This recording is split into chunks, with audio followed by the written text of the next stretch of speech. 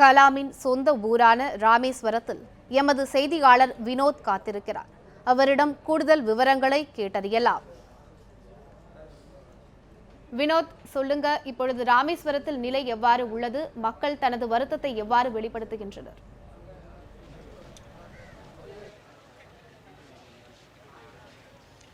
வணக்கம் லலிதா. நாம் இப்போ ராமேஸ்வரத்தில் இருக்கிற மறைந்த திரு ஏபிஜே அப்துல் கலாம் அவருடைய பூர்வீக வீட்டின் முன்னாடி நின்றுருக்கிறோம். இந்த இல்லத்திற்கு தான் அவரோட உடல் இங்கே நாளை கொண்டு வரப்படுகிறது என்று கூறுகிறார்கள். மேலும் இந்த பகுதி மக்கள் அவரோட இல்லத்திற்கு சாரசாரியாக வந்துட்டு இருக்கிறாங்க. மேலும் இந்த குடும்பத்தினருடைய துக்கத்தை அவங்களும் பங்கெடுத்துட்டு இருக்கிறாங்க. இது அது மட்டும் இல்லாமல் ராமநாதபுரத்துக்கு இந்த ராமேஸ்வரத்துக்கு வருகிற எல்லா டூரிஸ்ட் சுற்றுலா பயணிகள் பக்தர்கள் அவங்களும் வெளி மாநில பக்தர்கள் அவங்களும் இங்கே திரு அப்துல் கலாம் அவரோட இல்லத்திற்கு அவங்க அண்ணன் மற்றும் அவருடைய உறவினர்கள் கிட்ட துக்கம் விசாரித்து சென்று கொண்டிருக்கின்றனர். மேலும் இந்த பகுதியில் வாழும் மக்கள் அனைவருமே சோகத்தில் மூழ்கியுள்ளனர். குறிப்பாக கல்லூரி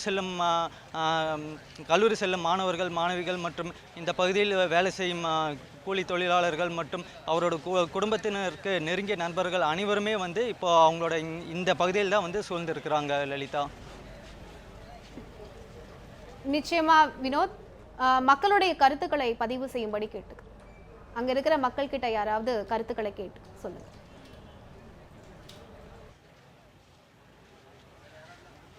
நிச்சயமாக லலிதா, இப்போ நம்ம கூட மதிமுகவினுடைய மாநில துணை இளைஞரணி செயலாளர் இருக்கிறாரு. இவர் திரு அப்துல் கலாம் ஜனாதிபதியாக பதவியேற்கும் பொழுதே இங்கிருந்து சென்ற 32 விருந்தினர்களை இவரும் ஒருத்தர். இவர் மேலும் இந்த குடும்பத்தினருக்கு நெருங்கிய நண்பராகவும் இருக்கிறார்.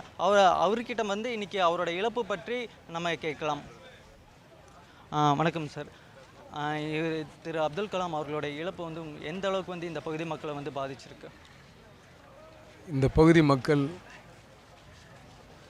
தன் சொந்த வீட்டில் தன்னுடைய உறவுகளை, தாய் தகப்பனை, தாத்தாவை அல்லது அண்ணனை இழந்ததை போல் ஒவ்வொருவரும் மிகவும் துன்பத்தில் துடித்து கொண்டிருக்கின்றார்கள். நீங்களே பார்த்துருப்பீங்க, இங்கே அதிகமாக வயதானவர்களோட சிறார்களும் மாணவர்களும் தான் அதிகமாக வர்றாங்க. அப்படி என்றால் அவர் எந்த அளவிற்கு ஒரு மாணவ சமுதாயத்தை, இளைஞர்களை ஈர்த்திருப்பார் என்பது உங்களுக்கு நன்றாக தெரியும். தொலைக்காட்சியில் காண்பித்து கொண்டிருக்கிற அனைத்து தொலைக்காட்சியுமே தெரியும். அவரை பற்றி நம்ம சொல்லணும்னா ரொம்ப எளிமையானவர், ரொம்ப நேர்மையாக, ஒழுக்கமாக அதாவது மனிதனும் கடவுளாகலாம் சொல்லுவாங்க, எல்லாருனாலும் முடியாது. ஆனால் மனிதனும் எந்த தவறும் செய்யாதவன் தான் மனிதனாகிறான். தவறே செய்யாமல் இருந்துட்டால் இறைவன் ஆகிறான். அவர் அப்பேற்பட்ட ஒரு மகான். அவர் சாதாரண ஒரு குடும்பத்தில் பிறந்து இந்த பகுதியில் கல்வி அறிவே இல்லாத ஒரு காலகட்டத்தில் இங்கு வாழ்ந்து தான் படிப்பின் மூலம் உயர்கல்வியை பெற்றார். ஒரு சாதாரண தமிழ் மீடியம் பள்ளிக்கூடத்துலேயும் அவர் படித்தார். அப்படி படித்து முன்னேறி அவராகவே அவருடைய கற்பனை சிறகை பறந்து விரிந்து அவர் கற்பனை சிறகை பறந்தார்.